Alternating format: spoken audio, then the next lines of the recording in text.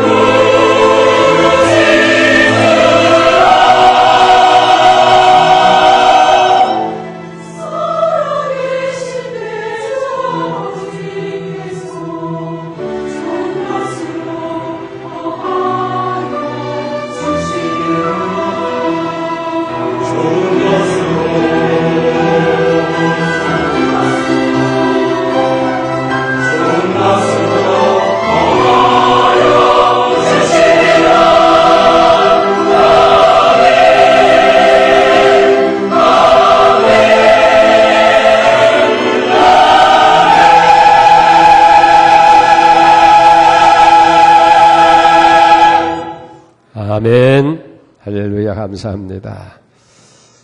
우리 한국 사람들을 참 급하다고 그래요. 인내하고 참는 그런 훈련이 좀 부족한 것 같습니다. 동남아를 가다 보면 한국 사람 부를 때 빨리빨리, 이름을 부르는 게 아니라 빨리빨리예요. 하도 식사도 빨리 하고 무슨 뭐 구경하는 것도 빨리 하고 쇼핑도 빨리 하고 빨리빨리, 그래서 너무 급한 모습을 보여주는 것을 우리가 보게 되어집니다. 사실은 우리가 빠른 자동차를 타고 가면서도 더 남보다 빨리 가려고 끼어들기도 하고 과속하고, 그러다 보면 사고도 심심치 않게 많아지는 것을 보게 되어요. 사는 집도 그냥 오래 사는 것이 아니고 얼마 안 살고 또 홀고 다시 지으려고 하게 되어지고, 너무 급하고 빨리 하려다 보니까 부실 공사가 되어서 문제도 많은 것을 보게 되어집니다. 사실 서양 유럽에 가보게 되어지면은 건물 하나 짓는데 몇백 년을 걸려서 짓는 집도 있습니다. 그리고 1000년, 2000년 된 교회를 좀 불편하지만은 그걸 잘 간직하면서 자랑스럽게 여기고 또 살고 있는 모습을 보게 되어집니다. 여러분, 오늘 성경은 우리에게 길이 참으라고, 인내하라고 말씀합니다. 왜 우리에게 인내가 필요한 것 같아요? 이 세상은 우리가 생각하는 것처럼 그렇게 녹록한 세상이 아니에요. 평탄한 것만 아니고 여러 가지 고난도 있고 어려움도 있기 때문에 그 어려운 세상을 살아가기 위해서는 인내가, 오래 참음이 필요하다는 거예요.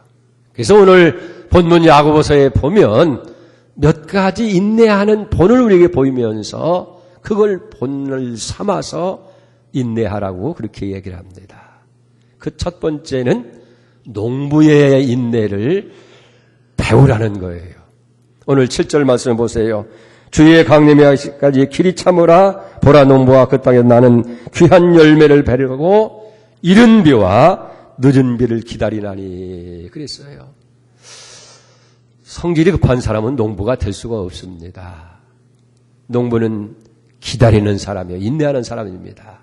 비가 오기를 기다리고 씨를 뿌려놓고 싹이 나기를 기다리고 또 자라기를 기다리고 열매 맺기를 기다리고 열매가 있기를 기다리고 오랜 기다림 끝에 결실을 얻게 되어지는 거예요. 그렇기 때문에 인내하지 아니하고는 농사를 짓는 농부가 될 수가 없다는 거예요. 이스라엘 사람들은 2번 우기가 있어요. 이제 10월 달에 비가 한번 오고 그 다음에 다음 해 4월에 비가 오게 됩니다. 10월에 오는 비를 이른 비라고 하고 4월에 오는 비를 늦은 비라고 합니다. 그런데 이건 계절풍 영향을 따라서 거의 정확하게 그 시기가 맞아요. 그 10월이 가까이 오면 농부들은 땅에 씨를 뿌립니다.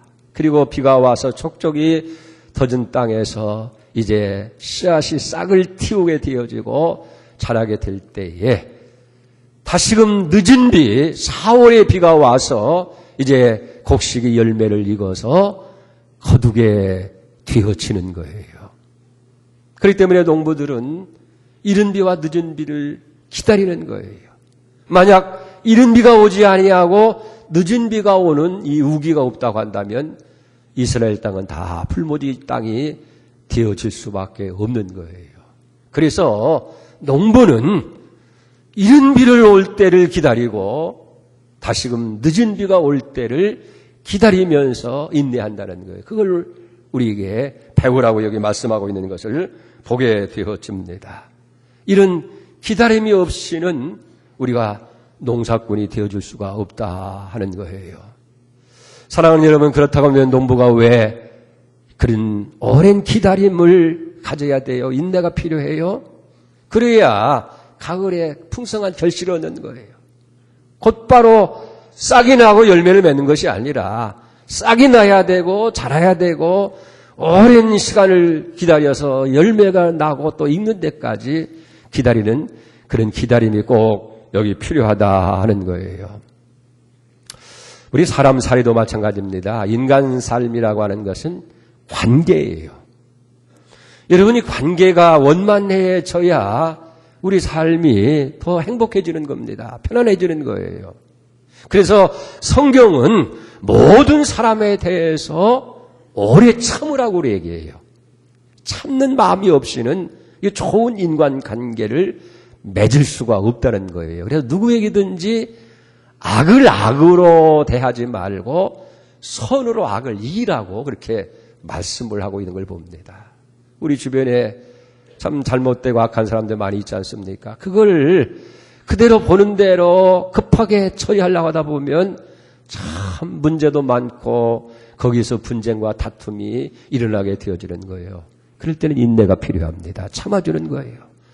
하나님께서 성숙한 사람으로 만들어줄 때까지 이해하고 받아들일 때까지 인내해 주는 거예요. 그럴 때에 원만한 관계가 이루어지게 됩니다. 뿐만 아니라 내 자신과의 관계도 그래요. 내 자신을 볼 때 여러분 얼마나 한심하고 얼마나 문제도 많고 얼마나 절망스러운 모습들을 봅니까? 그러나 내 자신에 대해서도 하나님께서 이런 여러 환경을 통해서 내 인격을 만들어 주시고 온전하게 만들어 주시기를 인내하는 그런 기다림이 여기 필요하다 하는 얘기예요. 그래서 석양 격언에 이런 얘기가 있습니다. 사과는 마지막 빨갛게 익을 때 보아야 사과답다는 말이 있습니다. 여러분 빨갛게 익지 아니하는 사과 급하다고 해서 그냥 풋사과 따게 되면 여러분 떨습니다. 식고 먹을 수가 없게 되어지는 거예요. 그래서 빨갛게 익을 때까지 기다림이 있어야 참 달콤하고 맛있는 사과를 우리가 맛볼 수 있게 되어진다 하는 거예요. 인간 관계 속에서도 이렇게 오래 모든 사람에 대해서 참아서 사과가 제대로 맛을 내는 것처럼 사람다운 관계가 이루어지도록 만들어야 된다는 거예요. 우리는 하나님께서 우리의 모든 삶을 주장하시고 세상의 모든 역사를 이끌어 가신다고 하는 것을 우리는 믿습니다. 그런데 어떤 때 보면 하나님이 하시는 일조차도 이해가 안 될 때가 있어요. 그래서 하나님 어떻게 세상이 이 모양 이 꼴로 되고 우리가 이런 삶을 살아야 됩니까? 그때도 우리는 인내해야 돼요. 모든 것이 다 이해가 되어지고 납득이 되어지고 또 하나님의 선한 역사를 이룰 때까지 기다리고 인내하는 것, 그것이 인생의 삶의 지혜인 줄로 믿습니다. 그래서 여기 우리가 이 어려운 세상을 살아갈 때에 농부의 그 인내를 우리가 배우라는 거예요. 이른 비를 기다리고 싹이 나는 것을 기다리고 그것이 자라고 열매 맺고 풍성한 것을 거둘 수 있는 늦은 비를 주실 때까지 기다리는 그 인내를 우리가 가지라는 겁니다. 그 다음에 두 번째는 선지자의 인내를 본을 삼으라고 말씀하는 거예요. 10절을 보세요. 형제들아 주의 이름으로 말한 선지자들을 고난과 오래 참음에 본을 삼으라 그러겠습니다. 참 선지자들은 참아야 선지자가 될 수가 있는 거예요. 왜 그렇습니까? 우리 인생들이 잘못된 길로 걸어가는 사람들을 그들을 하나님의 말씀으로 권면하고 하나님의 말씀을 전해서 옳은 길 바른 길로 돌아오게 하는 일을 선지자들이 하는 거예요. 그 사람이 말대로 쉽게 이루어집니까? 그렇기 때문에 말씀을 전하고 기다리고 또 가서 전하고 오랜 기다림력이 필요하다는 거예요. 뿐만 아니라 이 선지자들이 하는 일은 참 힘들고 어려운 일이에요. 잘못된 사람을 향해서 잘못됐다고, 죄인을 향해서 죄인이라고 분명하게 말해 줄 수 있어야 되는 거예요.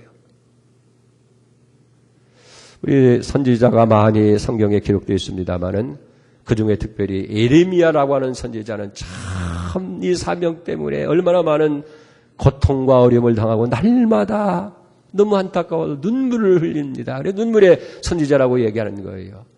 근데 이 예레미야 선지자를 가만히 보면 한 번도 하나님이 주신 그 능력을 사용해 본 적이 없어요. 무슨 병든 자를 기도해서 낫게 했다든지, 엘리야 선지처럼 하늘에서 불을 내려서 악한 자들을 소멸을 하고 하나님의 영광을 보여줬다든지, 그렇다고 해서 자기 백성 이스라엘을 향해서 소망의 메시지를 한 번 전해보지 못합니다. 그저 백성들을 향한 것이 당신들은 망합니다. 다 포로로 잡혀갑니다. 그러니 얼마나 힘들고 여기 어이없겠느냐는 얘기예요. 심지어는 이 예레미야 선지자는 한낮에 등불을 켜들고 다닙니다. 그 사람들이 왜 대낮에 이렇게 등불을 켜고 다니시오? 라고 물으면 하나님께서 말씀하셨습니다. 내가 예루살렘 거리를 다 빨리 돌아다니면서 거기서 의인 한 사람을 찾으면 내가 의인 그 한 사람 때문에 이 성을 멸하지 아니하고 용서해 주리라. 그래서 의인을 찾는다는 거예요. 예레미야 5장 1절에 보니까 너희는 예루살렘 거리를 빨리 다니며 그 넓은 거리에서 찾아보고 왔라. 너희가 만일 정의를 행하며 진리를 구하는 한 사람이라도 찾으면 내가 이 성을 용서하리라. 여러분, 그런데 한번 생각해 보세요. 의로운 사람에게 당신은 죄인이요라고 얘기하면 별로 충격 안 받습니다. 저 사람이 농담을 하는가 보다, 또 엉뚱한 소리를 하는가 보다 그냥 취급하고 마는 거예요. 근데 정작 죄를 지은 사람에게 당신은 죄인이요 라고 얘기를 하게 될 때 얼마나 큰 충격을 받게 되고 불같은 그런 반응을 우리가 보게 되어집니까? 그러지 않아도 죄를 지은 죄의식 가운데 있는데 거기다 대고 너는 죄인이라고 얘기를 합니다. 뿐만 아니라 의인을 찾기 위하라고 하면서 등불을 켜들고 의인을 찾겠다는 거예요.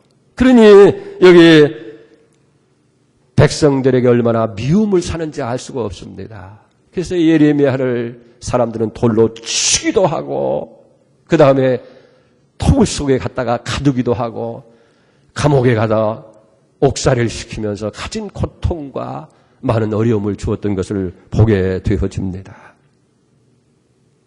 그런데 우리는 예레미야가 그런 가운데도 어떻게 인내하며 참을 수 있었을까?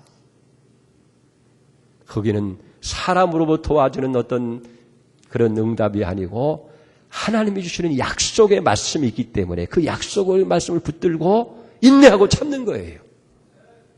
여러분, 여기 선지자들의 인내를 본받으라고 하는 말은 이 선지자들이 어려운 시대를 살아가면서 많은 고통과 핍박 가운데서도 저도 인내할 수 있었던 것은 하나님의 말씀을 붙들고 있었기 때문이라는 거예요. 그렇기 때문에 우리도 이 어려운 시대를 살아가면서 고난이 오고 어려움이 오고 시련이 올 때에 선지자들처럼 하나님 말씀을 기억해라는 거예요. 선지자들처럼 하나님의 말씀을 묵상하면서 인내하라고 하는 그런 말씀입니다. 로마서 8장 18절에 보면 현재의 고난은 생각하건대 현재의 고난은 장차 나타날 영광과 좋게 비교할 수가 없느니라고 말씀합니다.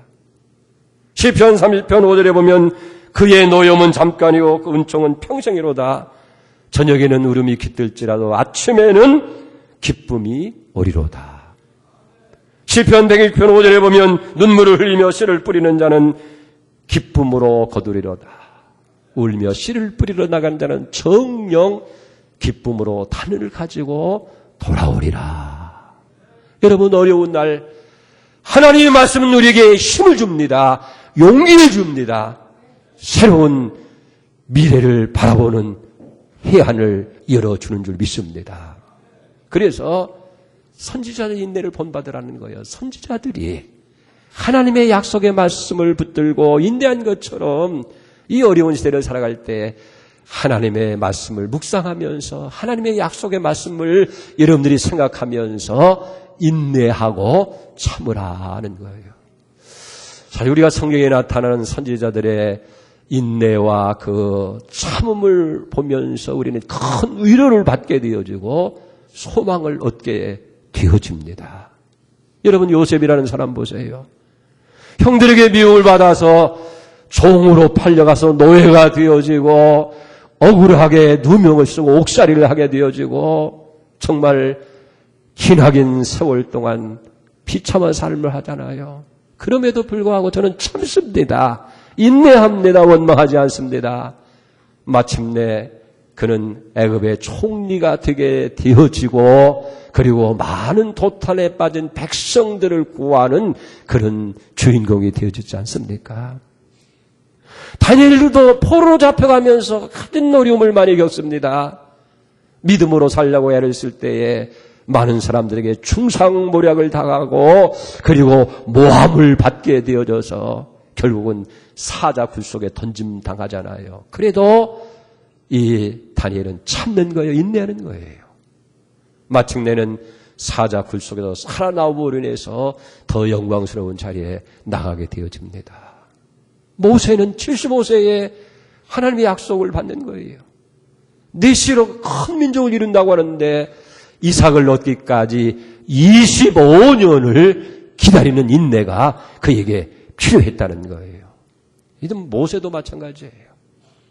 여러분, 그가 이스라엘의 지도자로 세움을 받기 위해서 40년 동안 광야에 가서 허송세월을 하는 거예요. 세월만 죽이는 거예요. 얼마나 한심하겠어요. 젊은 청춘을 다 낭비합니다. 그러나 모세는 참습니다. 인내합니다. 마침내 호렙산 떨기 가운데서 하나님의 부르심을 받게 되어지고 이스라엘 백성을 애굽에서 탈출시키는 출애굽의 영웅이 되어지는 것을 우리가 보게 되어집니다. 여러분, 노아를 보세요. 노아. 하나님의 말씀을 통해서 120년 동안 방주를 짓고 있지 않습니까? 그것도 바닷가에다 짓는 것이 아니라 산꼭대기에다 짓고 있는 거예요. 얼마나 많은 사람들에게 놀림을 받고 비웃음을 받고 얼마나 힘들고 어려웠겠어요. 그런데 그걸 다 끝까지 참고 인내하게 될 때에 세상을 물로 심판할 때에 그 가정 식구 8식구가 다 구원받게 되고 하나님의 말씀을 순종하는 의의 후사가 되어지는 영광의 자리에 이르게 되어진 줄로 그렇게 믿습니다. 그래요. 우리가 어려운 세상을 살아갈 때에 선지자들의 인내를 본받으라 하는 거예요. 하나님의 약속의 말씀을 붙들고 끝까지 인내할 때에 하나님이 저들의 삶을 보호해 주시고 마침내 영광의 자리에 나간 것처럼 여러분, 금년 한 해를 살아갈 동안 선지자의 인내를 본받아서 하나님의 말씀을 붙들고 그 말씀이 주시는 용기와 힘을 가지고 이 한 해도 승리하기를 주님의 이름으로 축복을 드립니다. 그 다음에 세 번째 우리가 본받을 사람은 욥의 인내를 본받으라 하는 거예요. 11절을 보세요. 보라, 인내하는 자를 우리가 복되다 하나니 너희가 욥의 인내를 들었고 주께서 주신 결말을 보았거니와 주는 가장 자비하시고 긍휼히 여기시는 이신이라고 얘기했어요. 우리는 욥의 생애에 대해서는 너무너무 잘 알고 있지 않습니까? 욥은 당대의 의인이었습니다. 그는 하나님을 섬기는 경건한 사람이었습니다. 자식들이 모였다가 흩어질 때도 행여나 이 아이들이 모여서 무언가 서로 다투고 싸우고 잘못된 말이 있지 않는가 싶어가지고 그 아이들을 위해서 따로 하나님 앞에 속죄의 제사를 드리는 사람이었어요. 동방의 큰 부자였습니다. 그런 욥에게 정말 상상할 수 없는 가혹한 시련이 왔고 고난이 왔고 어려움이 왔지 않습니까? 그 많은 물질이 한순간에 다 없어지고 만 거예요. 도적들이 와서 다 도적질해 갔습니다. 하늘에 불이 내려가지고 다 타서 없어집니다. 여러 모습으로 다 잃어버렸어요. 그것도 가혹한데 사랑하는 10 자녀가 아들집에 모여서 생일잔치하는 가운데 그만 큰 바람이 불어가지고 집이 막 무너져가지고 한순간에 10 자녀가 몰살을 당하는 거예요. 세상에 이런 벼락이 어디 있습니까? 그것만이 아니에요. 자신은 또 병이 찾아와가지고 온몸이 상처투성이고 종기로 하셔서 도저히 견딜 수가 없어가지고 제 가운데서 키와장을 가지고 몸을 긁어야 되는 거예요. 자, 그런데 보세요. 이런 비참한 자리에서 죄를 무릅쓰면서 욥은 하나님을 찬양하는 거예요. 그것이 욥기 1장 21절에 있습니다.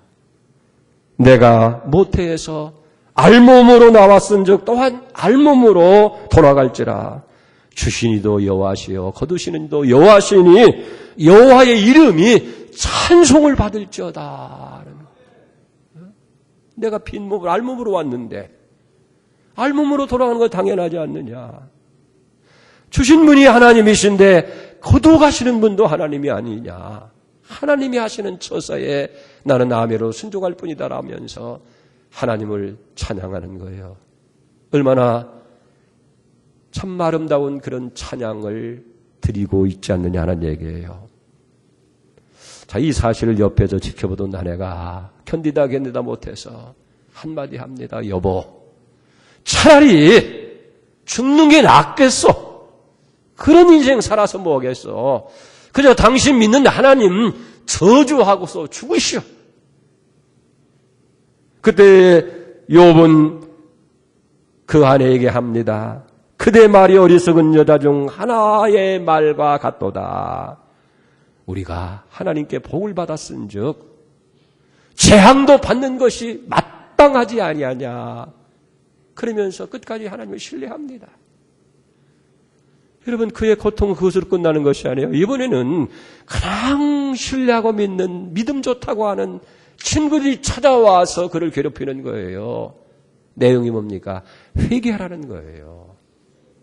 내가 숨겨놓은 죄, 회개하지 않는 죄가 있지 않고서야 어떻게 의로우신 하나님께서 너에게 그와 같은 징벌을 내리고 저주를 내리고 심판을 내릴 수 있느냐. 그러니 지금이라도 회개하면 하나님이 너의 죄를 다 용서해 줄 것이고 다시금 회복시켜 주지 않겠느냐. 지은 죄를 회개하라고 그렇게 이야기를 합니다. 그러나 욥은 얘기합니다. 아닙니다. 하나님이 나를 죽이고 죽이실지라도 나는 하나님을 바라보고 하나님을 신뢰합니다. 그러면서 그는 자기의 고난의 그 정점에서 마지막 외치는 말이 있어요. 그것이 욥기 23장 10절의 말씀입니다. 나의 가는 길을 오직 그분이 아십니다. 나를 단련하신 후에는 내가 순금과 같이 나올 것입니다. 오늘 내가 당하고 있는 이 고난과 시련과 이 역경은 하나님이 나를 훈련하시는 겁니다. 나를 연단하시는 겁니다. 그래서 내 안에 있는 잘못된 것을 다 제거하시고 아무 섞임이 없는 순수한 순금을 만드는 작업을 하고 계십니다 하는 거예요. 마치 조각가가 차디찬 돌덩어리를 다듬어서 아름다운 걸작품 만들어내는 것처럼 하나님께서 나를 자료로 삼아서 고난이라고 하는 정으로 나를 부수고 깎고 다듬어서 하나님의 아름다운 작품을 만드는 것이 아니냐 하는 거예요. 천금과 같은 순금과 같은 인생을 만들고 계시다 하는 겁니다. 그래서 성경 야고보서 1장 2절에 보면 너희가 여러 가지 시험을 만나거든 온전히 기쁘게 여기라. 이는 너의 믿음의 시련이 인내를 만들어내는 줄 우리가 안다. 인내를 온전히 이루라. 그리하면 너희가 부족하고 온전해서 여기 부족함이 없게 하려 함이라고 말씀하고 있는 거예요. 여러분, 하나님을 나를 부족함이 없고 온전한 사람을 만들기 위해서 이와 같은 시련도 시험도 역경도 주신다는 거예요. 그렇기 때문에 인내하라는 거예요. 믿음을 가지고 인내하라는 거예요. 그러면서 오늘 성경은 우리의 인생을 이런 역경과 시련 속에서 살게 하시는 하나님이 어떤 분이시냐 하는 것을 분명히 얘기합니다. 이게 핵심이에요. 11절 하반절을 보세요. 주는 가장 자비하시고 긍휼히 여기시는 이신이라고 그렇게 이야기를 합니다. 하나님 무자비한 분이 아니라는 거예요. 잔인한 분이 아니라는 거예요. 우리가 죄를 지은 것대로 용서 없이 긍휼 없이 그대로 막 심판하시는, 그래서 이놈아 네가 죄를 지었으니 한번 당해보아라 그리고 심판하고 저주하시는 분이 아니라 우리의 하나님은 가장 자비하시고, 자비는 사랑이에요. 은혜예요. 긍휼히 우리를 불쌍히 여기시는 하나님이시라고 그렇게 설명하고 말씀하고 있는 것을 보게 되어집니다. 사랑하는 여러분, 그렇기 때문에 우리가 이 고난과 역경을 끝까지 이기고 인내하기 위해서, 참기 위해서는 자비하신 분이라고 하는, 주님은 정말로 긍휼히 여기신 분이라고 하는 그 사실을 우리가 알아야 돼요. 그리고 그분을 주목해야 되어질 줄로 믿습니다. 이르미야도 그와 같은 고통과 역음 속에서 갇힘을 당하고 매를 맞고 이참하게 저주를 받고 쫓김을 당하는, 추방을 당하는 그런 상황 속에서도 그는 뭐라고 얘기를 합니까? 예레미야 29장 11절에 보면 여호와는 말씀이라 너희를 향한 나의 생각을 내가 아나니 평안이다. 재앙이 아니고 너희의 미래와 소망을 주는 것이다. 너희가 내게 부르짖으며 내게 와서 기도하면 내가 너희를 들을 것이고 너희가 온 마음으로 나를 구하면 나를 찾고 만날 것이라고 말씀하고 있는 것을 보게 됩니다. 부모가 자식을 꾸질 때도 그렇습니다. 나를 미워서 내가 좀 고생을 당해보라고 그렇게 해서 꾸짖고 매를 때리는 것이 아니라 정말 나를 사랑하시고 내가 잘 되게 하기 위해서 채찍도 하고 꾸중도 하고 매도 든다고 생각한다면 감당을 해요. 섭섭한 마음이 없어요. 그 매가 아프고 그 꾸지람이 속이 상하지만은, 그러나 부모의 마음을 모르고 그냥 내가 미워서 내가 좀 고통을 당하라고 그렇게 나를 꾸짖고 매를 친다고 하면 그렇게 생각하는 아이들은 삐뚤어 나갑니다. 정말 부모는 잘되고 바르게 하라고 징계도 하고 채찍을 하는데 그만 반항을 하고 더 잘못된 길로 나가는 경우를 보게 되어진다는 거예요. 그렇기 때문에 오늘 여러분들이 이 어려운 세상을 사는데 왜 예수 믿는데 내가 왜 하나님 뜻대로 사는데 내 가정에 이런 어려움이 오고 내 사업에 왜 실패가 오고 왜 자녀들은 하나같이 말썽을 피고 이런 어려움이 오게 되느냐. 그런데 그 고난을 허락하신 분은 자비하신 분이라는 거예요. 내게 이 역경을 허락하신 그분은 긍휼히 여기시는 분이라는 사실이에요. 우리가 욥의 인내를 바라보면서 하나님은 자비하신 분이고 긍휼이 많으신 분이라고 하는 사실을 우리가 인지하고 고난을 인내하면서 여기 참으라 그런 얘기예요. 그럴 때 우리는 하나님 앞에 인내할 수 있지 않겠어요? 적어도 우리 신앙인은 우리 인생을 살아갈 때에 세 가지 인생관은 갖고 있어야 돼요. 첫째는 뭐냐면 매사에 긍정적인 그런 인생관, 긍정적인 마음을 가지고 있어야 된다는 거예요. 이게 모든 경우, 어떤 경우에라도 얻을 것이 있다 하는 긍정적인 생각이 있어야 된다는 거예요. 사실 고난이 오고 어려움이 오게 되면요, 많은 걸 잃어버립니다.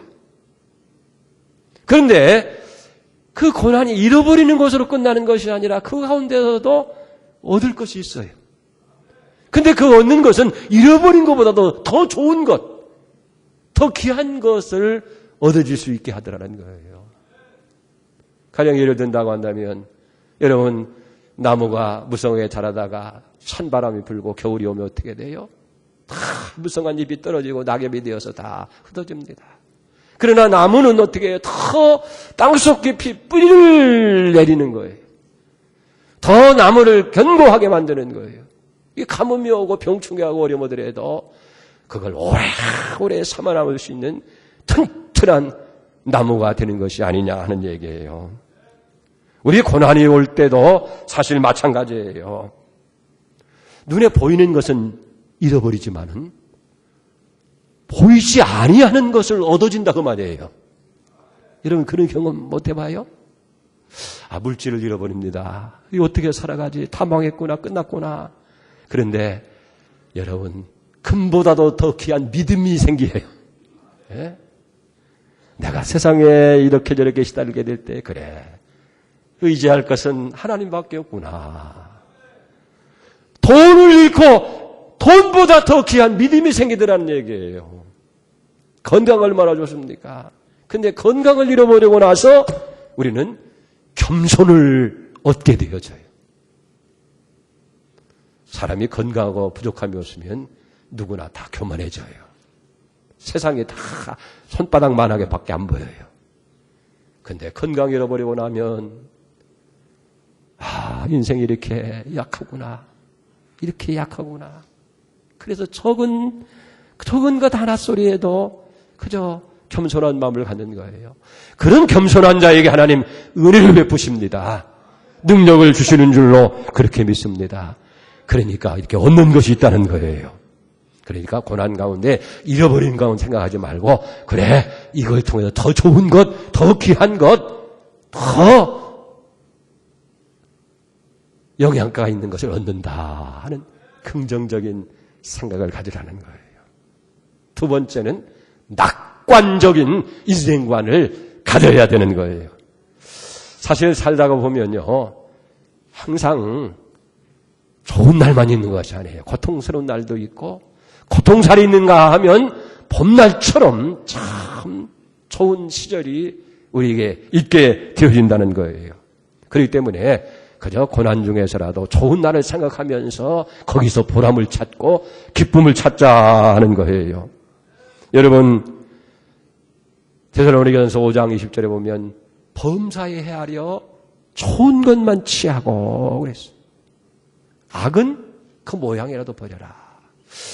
적어도 우리가 인생을 살아가는데요. 크리스찬들은요. 우리 성도들은 어떻게 해야 되냐면 범사에 헤아려서 좋은 것만을 취하려고 하는 그런 낙관적인 인생관이 여기 필요하다는 그런 얘기예요. 전도서 7장 11절에도 보면 형통한 날에는 기뻐하고 곤고한 날은 뒤돌아보라. 이 두 가지를 하나님이 병행하게 하사 그의 장래에 이를 능히 헤아려 알지 못하게 했느니라. 형통과 곤고를 우리의 삶에 병행하게 주셨다는 거예요. 그러니까 이쪽 보면 고난, 이쪽만 돌아보지 말고 이쪽만 바라보면 형통해요. 그래서 좋은 날을 좋은 것만 생각하면서 우리가 기뻐하고 여기 즐거워하자 하는 거예요. 그래서 바울은 뭐라고 그랬어요? 항상 기뻐하라. 다시 말하노니 기뻐하라 하는 거예요.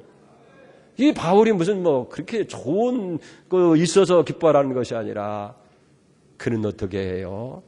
참 그의 삶을 보면 참 어렵잖아요. 감옥에 갇혀서 지금 옥중서신에 임하를 하는 거예요. 제가 성지 순례할 때 이 베드로가 갇혀있던 이탈리아의 그 감옥에 가봤어요. 토굴입니다. 바위를 깎아서 만든 토굴에 그 음산하고 막 냉기가 엄습하는 그 가운데서 어떻게 사도 바울이 여기 빌립보 교인들을 향해서 기뻐하십시오. 내가 다시 말하노니 기뻐하십시오. 그러면서 한마디 더 붙이잖아요. 주님이 가까이 오십니다. 주가 가깝다는 거예요. 하나님의 위로와 영광의 날이 가까이 오니까 그 날을 바라보면서 기뻐하자는 거예요. 여러분 우리 사람이 그런 유명한 얘기 있잖아요. 겨울이 가까웠으니 봄 또한 멀지 않으리라. 우리 차갑고 추운 겨울만 생각하는 것이 아니라 그 뒤에 다가오고 있는 이제 가까이 오고 있는 춘삼월 꽃 피고 새가 울고 여러분들 희낙낙할 수 있는 춘삼월 봄을 기다리는 마음, 이게 낙관적인 인생관을 가져야 된다는 거예요. 그럴 때 우리가 인내하면서 참을 수 있게 되는 줄 믿습니다. 세 번째는 종말론적인 인생관입니다. 모든 것이 끝이 있고 마지막이 있다는 거예요. 이 고난도 역경도 언제까지나 영원히 계속되는 것이 아니라 끝이 있고, 또 모든 것이 잘 될 때는 이게 언제까지 잘 되는 것이 아니라 이것도 끝이 있다. 그래서 형통한 날에는 즐거워하고 고난의 날이 올 때에는 우리가 깊이 생각하면서 고난의 의미를 찾고, 그리고 그 고난 배후에 역사하시는 하나님을 바라보면서 우리가 인내하면서 승리하자는 거예요. 오늘 야고보는 우리가 인생을 살아갈 때에 중요한 것이 뭐냐? 길이 참고 인내하는 것이 여기 필요하다는 거예요. 우리 살다 보면 그렇잖아요. 한 가지 안 참으면요. 한 가지 참으면 10가지가 잘 돼. 10가지가 잘 돼. 근데 하나 못 참고 나면 그 다음에는 만사가 불통해요. 그래서 아이고 왜 내가 그걸 못 참았는가. 가슴 치고 후회하지만은 때는 이미 늦었네. 때는 늦지. 여러분 그렇기 때문에 우리가 범사를요 잘 참고 인내해야 돼요. 추수 때를 기다리는 이른 비와 늦은 비를 기다리면서 참는 이 농부의 인내. 그리고 하나님의 약속의 말씀을 붙들고 어려움과 고통을 이기는 선지자의 인내. 욥처럼 참으로 이 고난 속에서도 하나님이 연단하고 훈련해서 걸작품을 만드는 부족함이 없이 온전한 것을 만드는 그런 미래의 결말을 우리가 생각하면서 인내해야 될 줄로 그렇게 믿습니다. 그런데 여러분 이거 하나는 꼭 기억해야 돼요. 하나님은 자비하신 하나님이시다. 하나님은 긍휼히 여기시는 분이시다. 여러분 그것만 안다고 한다면 지금도 하나님은 나를 사랑하시기 때문에 이 고난도 있게 하시고 하나님 나를 불쌍히 여기셔서 이 고난 중에는 그래요. 저녁에는 울음이 깃들지라도 아침에는 기쁨이 오게 하는 영광의 자로 인도할 거다. 이 인내와 이 믿음이 여러분이 있기를 주님으로 축복합니다. 기도하겠습니다. 하나님 아버지 우리와 하여금 인내하고 길이 참으라고 성경은 오늘 또 말씀하십니다. 추수 때를 기다리며 인내하는 농부처럼 인내하게 하시고 하나님의 약속의 말씀을 붙들고 인내하는 선지자처럼 인내하게 하시고 길이 참아 아름다운 결말을 보았던 욥처럼 인내하기를 원합니다. 우리를 사랑하시는 하나님은 자비하신 분이십니다. 긍휼하게 여기시는 분이십니다. 이 사실을 분명히 알고 주님 바라보면서 인내하며 승리하는 성도들이 되게 하여 주옵소서. 예수님의 이름으로 감사하며 기도 올려옵나이다. 아멘.